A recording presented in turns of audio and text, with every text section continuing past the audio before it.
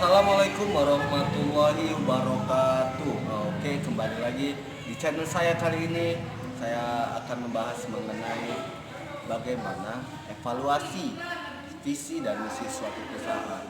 Sebelum lanjut ke materi kita kali ini, perkenalkan dulu, nama saya Awan. Saya mahasiswa dari Politeknik Pertanian Negeri Payakumbuh, jurusan Pengelolaan Agribisnis D4.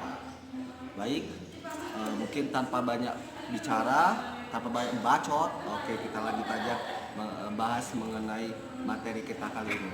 Check it out. Pertama-tama, mari kita cek definisi dari visi. Visi merupakan pernyataan yang jelas dari tujuan akhir sebuah organisasi. Nah, rekan-rekan Business Insight, apakah visi yang sudah dibuat saat ini sudah mencerminkan dari tujuan akhir organisasi atau perusahaan yang Anda buat? Mari kita pahami lebih jauh tentang visi organisasi. Visi adalah bagian paling penting untuk menggerakkan seluruh modal organisasi dalam mencapai tujuan secara bersama-sama dan selaras dari level direksi, manajer, sampai karyawan. Visi bersifat jangka panjang, harus jelas dan dapat diraih dengan mempertimbangkan sumber daya yang dimiliki oleh organisasi. Pertanyaan utama dari visi yaitu, organisasi Anda ingin menjadi apa? Vision statement biasanya tertulis dalam satu kalimat yang inspirasional, yang jelas, dan mudah diingat, yang mengekspresikan tujuan jangka panjang organisasi. Vision statement mampu memotivasi karyawan untuk bekerja lebih keras dan meningkatkan kinerja organisasi Anda secara keseluruhan. Pernyataan visi menunjukkan sumber daya yang dimiliki, kompetensi dan keterampilan yang diperlukan untuk meraih tujuan akhir, sehingga dapat digunakan sebagai petunjuk utama dalam membuat decision making dan mengalokasikan sumber daya yang dimiliki agar lebih efektif. Nah, seringkali rekan-rekan Business Insight, terkadang kita masih bingung bagaimana membedakan visi dan misi. Mari kita cek perbedaan antara visi dan misi. Visi dan misi sering digunakan secara bersama-sama untuk menyampaikan tujuan organisasi. Stakeholder terkadang menyampaikan visi dan misi secara terbalik-balik. Padahal visi dan misi tidak dapat diubah peranannya karena memiliki tugas masing-masing. Nah, mari kita cek perbedaan mendasar antara visi dan misi organisasi, sehingga mampu membantu stakeholder dalam meningkatkan kinerja organisasi.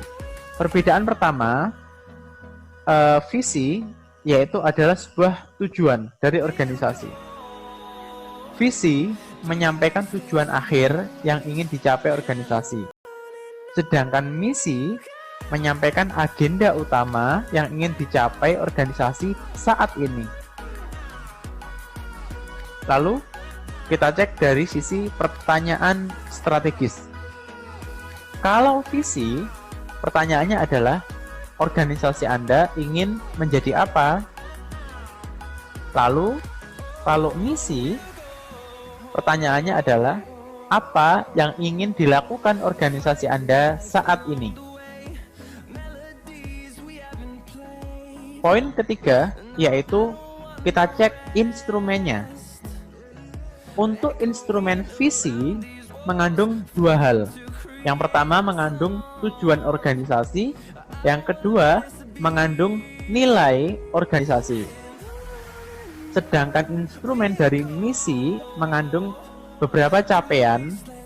Pada yang pertama adalah pelanggan, capaian terhadap produk dan jasa, capaian pada perolehan pasar, teknologi, fokus pada kelangsungan organisasi, kemudian filosofi organisasi, lalu pada fokus pada image contohnya, serta fokus pada pengelolaan karyawan. Nah, ini instrumen penting dari sebuah misi.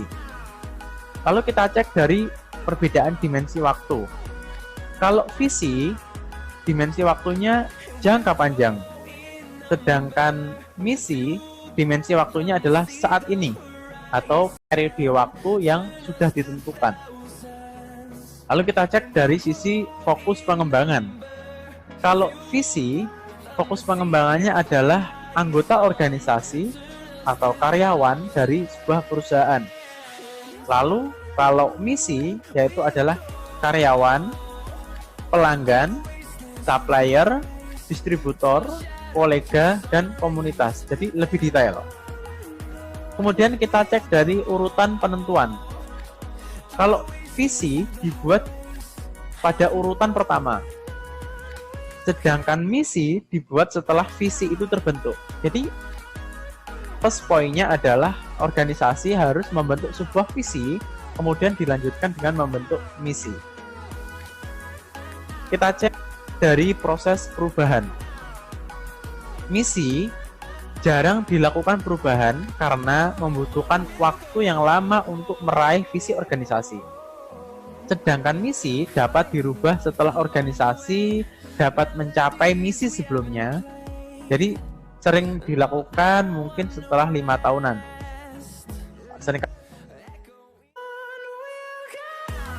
Halo rekan-rekan Business Insight, mari kita simpulkan ID Corner di edisi bagaimana cara membentuk visi organisasi. Kesimpulan pertama, tujuan visi adalah menyampaikan tujuan akhir yang ingin dicapai oleh organisasi. Kemudian, pertanyaan strategisnya adalah bagaimana organisasi Anda di masa depan ingin menjadi apa? Instrumen penting yang harus dimiliki oleh visi yang pertama adalah tujuan organisasi dan nilai organisasi.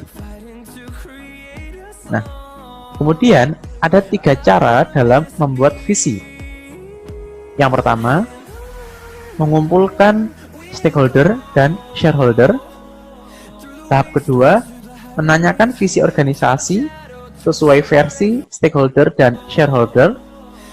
Tahapan ketiga, melakukan perbaikan visi dan menyampaikan visi yang terbaru.